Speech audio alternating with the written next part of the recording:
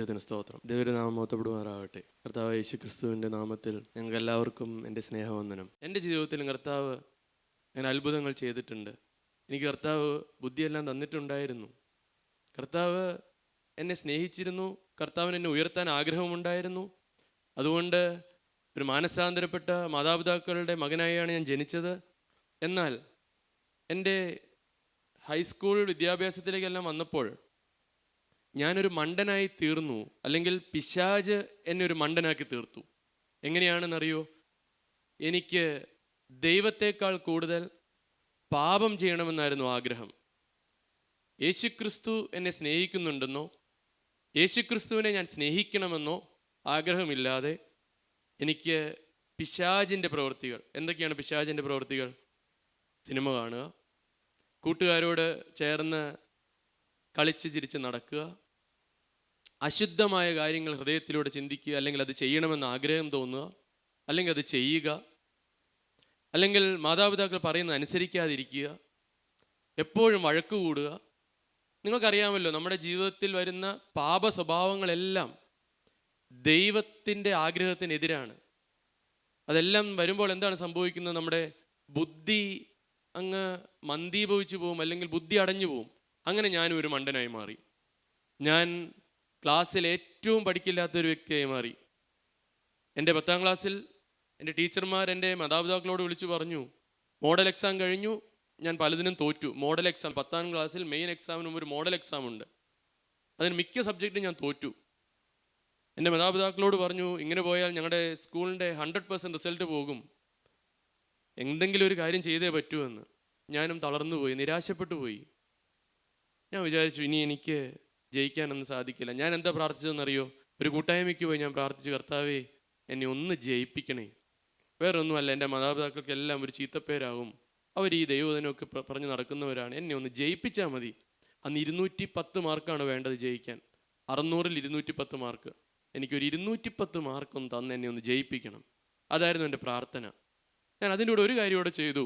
ഞാനൊരു കണ്ടീഷൻ വെച്ച് പ്രാർത്ഥിച്ചത്, കർത്താവേ എന്നെ നീ ഒന്ന് ജയിപ്പിക്കുകയാണെങ്കിൽ ഞാൻ ഇന്നൊരു തീരുമാനം എടുക്കുകയാണ്. ഞാൻ ഇന്ന് മുതൽ ഞാൻ നിൻ്റെ മകനായി ജീവിച്ചോളാം. ഞാൻ ഇന്ന് മുതൽ ഞാൻ നിൻ്റെ വചനം അനുസരിക്കുന്ന ഒരു മകനായി, ഞാൻ എൻ്റെ പാപങ്ങളോടെല്ലാം യാത്ര പറഞ്ഞ് ഞാൻ ജീവിച്ചോളാം. എന്നെ ഒന്ന് ജയിപ്പിക്കണം. ഞാൻ പ്രതീക്ഷിച്ചതിനേക്കാൾ, എൻ്റെ സ്കൂളിൽ ആരും പ്രതീക്ഷിച്ചതിനേക്കാൾ ഞാനൊരു ഡിസ്റ്റിങ്ഷൻ മാർക്കോടുകൂടി പാസ്സായി.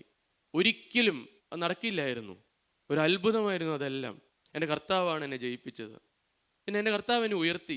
ഞാൻ BTech പഠിച്ചു, ഞാൻ MTech പഠിച്ചു, ഞാൻ ഒരു കോളേജിലെ പ്രൊഫസറായി മാറി. ഒരിക്കലും എൻ്റെ ജീവിതത്തിൽ പിന്നെ നടന്നതൊന്നും ഞാൻ ചിന്തിച്ചതുപോലെ ആയിരുന്നില്ല. കർത്താവ് എന്നെ ഉയർത്തി. കർത്താവ് എനിക്ക് പഠിക്കണമെന്നൊരാഗ്രഹം തന്നു. യേശുക്രിസ്തുവിന് നമ്മുടെ ജീവിതം സമർപ്പിച്ചു കഴിഞ്ഞാൽ ജീവിതത്തിൽ അറിഞ്ഞുകൊണ്ട് ഒരു തെറ്റ് വരികയില്ല എന്ന് നാം തീരുമാനമെടുത്തു കഴിഞ്ഞാൽ പിന്നെ അത് ദൈവത്തിൻ്റെ കാര്യമാണ്. എൻ്റെ യേശുക്രിസ്തുവിൻ്റെ ഒരു മകനായി മകളായി ഞാൻ ജീവിക്കും. എൻ്റെ ജീവിതത്തിൽ അറിഞ്ഞുകൊണ്ട് ഒരു പാപമാണ് എന്ന് ഞാൻ അറിഞ്ഞുകൊണ്ട് ഒരു തെറ്റ് ചെയ്യുകയില്ല എന്നൊരു തീരുമാനം നമ്മുടെ ഹൃദയത്തിൽ നിന്ന് വന്നാൽ നമ്മുടെ കർത്താവ് നമ്മെ ഉയർത്തും. പിന്നെ നാം ഓരോരുത്തരും അവൻ്റെ മകനാണ്, അവൻ്റെ മകളാണ്. നമ്മെ അവൻ ഉയർത്തുവാൻ തുടങ്ങും. എൻ്റെ ജീവിത അനുഭവമാണ് അത്. ഇന്ന് ഞാനും പഠിക്കുകയാണ്. ഇന്ന് ഞാനും MBA പഠിച്ചുകൊണ്ടാണ് ഇരിക്കുന്നത്. കർത്താവ് എന്നെ ഉയർത്തി. എനിക്ക് പഠിക്കണമെന്നുള്ള ആഗ്രഹം തന്നു. കർത്താവ് എൻ്റെ ബുദ്ധിയെ തുറന്നു തന്നു. എൻ്റെ ഓർമ്മശക്തിയെ പ്രകാശിപ്പിച്ചു തന്നു. എത്ര പഠിക്കാൻ ബുദ്ധിയില്ലാത്തവരാണെങ്കിലും കർത്താവ് നമ്മുടെ ഹൃദയത്തിൽ വന്നാൽ, യേശുക്രിസ്തു നമ്മുടെ ഹൃദയത്തിൽ വന്നാൽ നമ്മെ അവൻ ഉയർത്തും. പരീക്ഷ നമ്മുടെ ജീവിതത്തിൽ വന്നാൽ നമുക്കിഷ്ടമാണോ അത്? അല്ല. പരീക്ഷകൾ എഴുതാൻ ഇഷ്ടമല്ല, നമുക്ക് പേടി വരും. നാം എങ്ങനെ ഇത് എഴുതുമെന്ന് ചിന്തിക്കും. തീർച്ചയായും ഒരു മനുഷ്യ സ്വഭാവമാണത്, പരീക്ഷകൾ. എന്നാൽ ഒരു ദൈവ പൈതൽ, ഞാൻ ഒരു ചെറിയൊരു കാര്യം നിങ്ങളോട് പറയാനാണ്. ഒരു ദൈവ പൈതലിന് എന്നും പരീക്ഷകളാണ്. എന്നും ജീവിതത്തിൽ പരീക്ഷകളാണ്. എന്താ പരീക്ഷകൾ? നിങ്ങൾ ചിന്തിച്ചു നോക്കിയേ. നമ്മുടെ ജീവിതത്തിൽ പരീക്ഷകളുണ്ട്. സ്കൂളിൽ പരീക്ഷകളില്ലേ? തീർച്ചയായിട്ടും ഉണ്ട്. നാം പഠിക്കുന്ന സാഹചര്യത്തിൽ നമുക്ക് പരീക്ഷകളുണ്ട്.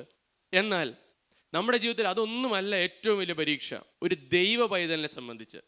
നിങ്ങൾ ഇന്ന് വ്യക്തമായൊരു തീരുമാനം എടുക്കുമല്ലോ. നിങ്ങൾ എന്തായിരിക്കും തീരുമാനിക്കുന്നത്? ഇന്ന് മുതൽ നാം ഓരോരുത്തരും ദൈവത്തിൻ്റെ മകനായി മകളായി ജീവിക്കുമ്പോൾ തീരുമാനമെടുക്കും. അങ്ങനെ ഒരു തീരുമാനം നാം എടുത്തു കഴിഞ്ഞാൽ അടുത്ത നിമിഷം മുതൽ നമുക്ക് പരീക്ഷകളായിരിക്കും. എന്ത് പരീക്ഷകളായിരിക്കും എന്നറിയോ? അത് പിശാച് കൊണ്ടുവരുന്ന പരീക്ഷകളായിരിക്കും. സ്കൂളിലെ പരീക്ഷകളുണ്ട്, അത് പിശാച് കൊണ്ടുവരുന്നതല്ല. എന്നാൽ പിശാച് കൊണ്ടുവരുന്ന പരീക്ഷകൾ നിങ്ങളുടെ ജീവിതത്തിൽ വന്നു തുടങ്ങും. അതുവരെ ഒരു പരീക്ഷയും നിങ്ങൾക്ക് ഫീൽ ചെയ്യില്ല. പിശാചിൻ്റെ പരീക്ഷ. നാം ഇന്നു മുതൽ ഞാൻ പാപം ചെയ്യില്ല എന്ന് തീരുമാനിച്ചാൽ അടുത്ത നിമിഷം നമുക്ക് പരീക്ഷകൾ തുടങ്ങും. പാപം ചെയ്യുവാനുള്ളതെല്ലാം പിന്നെ നമ്മുടെ പരീക്ഷയാണ്. നമ്മുടെ ജീവിതത്തിൽ പാപത്തിൻ്റെ സാഹചര്യങ്ങളെല്ലാം നമുക്ക് പരീക്ഷകളാണ്. നിങ്ങൾ ചിന്തിച്ചു നോക്കിക്കോളൂ. ഒരിക്കലും ദൈവം നമ്മെ പരീക്ഷിക്കില്ല. ഒരിക്കലും ദൈവം നമ്മെ ഒരു പാപത്തിൻ്റെ സാഹചര്യത്തിൽ കൊണ്ടുപോയി നിർത്തി പരീക്ഷിക്കുകയില്ല. ദൈവത്തിന് പാപത്തോട് ഏറ്റവും അകന്നു നിൽക്കണമെന്നാണ് ഒരു ദൈവ പൈതലിനെ കുറിച്ച് നമ്മെക്കുറിച്ചുള്ള ആഗ്രഹം. എന്നാൽ നമ്മെ പാപ സാഹചര്യത്തിൽ കൊണ്ടുപോയി പരീക്ഷിക്കുന്നത് പിശാചാണ്. നിങ്ങൾ ഒരു ദിവസം, ഞാനിങ്ങനെ ചിന്തിച്ചു, ഒരു ദിവസം വൈകുന്നേരം നാം വീട്ടിൽ ചെന്നിട്ട് നിങ്ങൾ നോക്കണം, അന്ന് രാവിലെ തൊട്ട് വൈകുന്നേരം വരെ പിശാചിൻ്റെ പരീക്ഷകൾ നാം എത്ര എണ്ണം പാസ്സായി എന്ന് നിങ്ങൾ ചിന്തിച്ചാൽ മതി. എത്ര പരീക്ഷകൾ നമുക്ക് വന്നു നമ്മുടെ കൂട്ടുകാർ വഴി, അല്ലെങ്കിൽ നാം മൊബൈൽ ഫോണൊന്ന് അപ്പയുടെയോ അമ്മയുടെയോ മൊബൈൽ ഫോണൊന്ന് എടുത്ത് നോക്കിയത് വഴി പരീക്ഷകൾ. കൂട്ടുകാർ വന്ന് നമ്മുടെ അടുത്ത് വന്നിരിക്കും, ഞാൻ ഇന്നലെ ഒരു സിനിമ കണ്ടു, ഞാൻ ഇന്നലെ ഒരു നല്ലൊരു കാര്യം കണ്ടു കേട്ടോ, ഞാൻ സിനിമയിൽ ഇന്ന നല്ലൊരു നല്ല തമാശയായിരുന്നു. അത് പിശാചിൻ്റെ പരീക്ഷയാണ്. വേറൊരു പരീക്ഷ ചിലപ്പോൾ വരും, നാം എക്സാം എഴുതുമ്പോൾ ഒന്ന് നോക്കി എഴുതണം, നോക്കി എഴുതാനുള്ള ഒരു ആസക്തി, അത് പിശാച് കൊണ്ടുവരുന്നതാണ്. അല്ലെങ്കിൽ മാതാപിതാക്കൾ, നമ്മുടെ അപ്പയും അമ്മയും നമ്മുടെ എന്തെങ്കിലും പറയുമ്പോൾ ഒന്ന് അനുസരിക്കാതിരിക്കാൻ തോന്നുന്നത് പിശാചിൻ്റെ പരീക്ഷയാണ്. അല്ലെങ്കിൽ നമുക്ക് ടി വി ഒന്ന് ഓണാക്കി, അല്ലെങ്കിൽ യൂട്യൂബോ അല്ലെങ്കിൽ മൊബൈലോ ഒന്ന് ഓണാക്കി എന്തെങ്കിലും ഒരു കാര്യം കാണാൻ ആവശ്യമില്ലാത്തത് കാണാൻ തോന്നുന്നത് പിശാചിൻ്റെ പരീക്ഷയാണ്. നാം ചിന്തിക്കണം, ഒരു ദിവസം വൈകുന്നേരം എനിക്ക് ആ പരീക്ഷയിൽ എത്ര മാർക്ക് കിട്ടി? നിങ്ങളൊന്ന് ചിന്തിച്ച് നോക്കാവോ? നിങ്ങളൊന്ന് തീരുമാനമെടുക്കണം, കർത്താവേ എനിക്ക് നിന്റെ മകനായിട്ട് ജീവിക്കണം, പിശാചിൻ്റെ പരീക്ഷ വരും. അപ്പോൾ ഞാൻ ഇന്നത്തെ ദിവസം ഞാൻ ആ പരീക്ഷയിൽ എനിക്ക് എത്ര മാർക്ക് കിട്ടി? ഇന്ന സാഹചര്യം വന്നു, ഞാൻ ജയിച്ചോ? നാം സ്കൂളിൽ പഠിക്കുന്നത് മാത്രമല്ല പരീക്ഷ, ഓരോ ദിവസവും നാം ഈ പരീക്ഷ അറ്റൻഡ് ചെയ്യേണ്ടവരാണ്. അതിന് നമുക്ക് സ്വന്തമായിട്ട് സാധിക്കും? ഒരിക്കലും സാധിക്കില്ല. നാം എന്ത് ചെയ്യണമെന്നറിയുമോ? നാം എപ്പോഴും പ്രാർത്ഥിക്കും, കർത്താവേ നിന്റെ തിരുരക്തത്താൽ ആ ക്രൂശിൽ നിന്ന് എപ്പോഴും ഒഴുകിക്കൊണ്ടിരിക്കുന്ന ഒരു തിരുരക്തമുണ്ട്. ആ തിരുരക്തം എന്തിനാണ് യേശുക്രിസ്തു നമുക്ക് വേണ്ടി ഒഴുക്കിയെന്നറിയോ? നമ്മെ ഈ പരീക്ഷയിൽ നിന്ന് നമുക്ക് ജയം തന്ന് നിർത്തുവാനാണ്. പരീക്ഷയിൽ നാം ഒരിക്കലും തോറ്റുപോകാതിരിക്കാനാണ്. പിശാച് ഇങ്ങനെ ഒരു പരീക്ഷയായിട്ട് വരുമ്പോൾ നാം ഉറക്കെ പറയുകയാണ്, എൻ്റെ യേശുക്രിസ്തുവിൻ്റെ തിരുരക്തമെന്ന്. പിശാച് ഓടും, പിശാച് നമ്മെ വിട്ട് ഓടിപ്പോവും. ഇതെൻ്റെ അനുഭവമാണ് പ്രിയമുള്ളവരെ, എൻ്റെ പ്രിയ കൂട്ടുകാർ, ഇതെൻ്റെ അനുഭവമാണ്. ഒരു പരീക്ഷ നമ്മുടെ ജീവിതത്തിൽ വരുമ്പോൾ, എന്തെങ്കിലും ഒരു പാപത്തിനോടുള്ള ഒരു ചിന്ത നമ്മുടെ ജീവിതത്തിൽ വരുമ്പോൾ, അപ്പോൾ നിങ്ങൾ പറയുക യേശുക്രിസ്തുവിൻ്റെ തിരുരക്തമെന്ന്. യേശുക്രിസ്തുവിൻ്റെ തിരുരക്തത്തിൽ നാം അറിയുക. നാം ഒന്ന് പറഞ്ഞു നോക്കുക, വായെടുത്ത് പറയുക, എൻ്റെ യേശുവേ നിൻ്റെ തിരുരക്തത്താൽ എന്നെ പൊതിയണമേ എന്ന്. നമ്മൾ സ്കൂളിൽ ചെന്ന് നാം എന്തെങ്കിലും ഒരു സാഹചര്യത്തിൽ ഒരു കൂട്ടുകാരും നമ്മുടെ അടുത്ത് വന്ന് ഇരിക്കുകയാണ്, എന്തെങ്കിലും ഒരു കഥ പറഞ്ഞു തുടങ്ങുമ്പോൾ അപ്പോൾ നാം പറയണം, കർത്താവേ ഞാൻ ഇന്നലെ ഒരു തീരുമാനമെടുത്തു, ഞാൻ കഴിഞ്ഞ ദിവസം ഒരു തീരുമാനമെടുത്തു, കർത്താവേ നിന്റെ തിരുരക്തത്താൽ എന്നെ പൊതിയണമേ, ഈ പരീക്ഷയിൽ ഞാൻ തോറ്റുപോകരുത് എന്ന്. ദൈവത്തിന് സ്തോത്രം. എങ്ങനെയാണ് പിശാചിൻ്റെ പരീക്ഷ തിരിച്ചറിയുക? വിശുദ്ധ വേദപുസ്തകത്തിൽ പറയുകയാണ്, പിശാചിൻ്റെ തന്ത്രങ്ങളോട് എതിർത്ത് നിൽക്കണമെന്ന്. അവൻ്റെ തന്ത്രങ്ങളെ നാം അറിയാതിരിക്കരുത് എന്ന്. നാം വേദപുസ്തകം വായിക്കണം, നാം പ്രാർത്ഥിക്കണം, ദൈവവചനം കേൾക്കണം. അപ്പോൾ നമ്മൾ അറിയും എന്തൊക്കെയാണ് പിശാചിൻ്റെ തന്ത്രങ്ങളെന്ന്. അശുദ്ധി പിശാചിൻ്റെ തന്ത്രമാണ്, കോപം, അനുസരണക്കേട്, അങ്ങനെ ഓരോരോ തന്ത്രങ്ങളുണ്ട്. അതെല്ലാം അറിയണമെന്നുണ്ടെങ്കിൽ നാം ഇനിയും ദൈവവചനം കേൾക്കണം, ദൈവവചനത്തിനായി വന്നിരിക്കണം, നാം എന്നും സമർപ്പിക്കണം, നാം എന്നും തീരുമാനമെടുക്കണം. എല്ലാ ദിവസവും രാവിലെയും വൈകുന്നേരവും നാം എപ്പോഴും തീരുമാനമെടുത്ത് നമ്മുടെ ജീവിതം കർത്താവിൻ്റെ സന്നിധിയിലേക്ക് സമർപ്പിച്ചുകൊണ്ട് വേണം ജീവിക്കുവാൻ. യേശുക്രിസ്തു നമ്മെ വിടുവിക്കും. എന്നാൽ ദൈവം തരുന്ന ചില പരീക്ഷണങ്ങളുണ്ട്.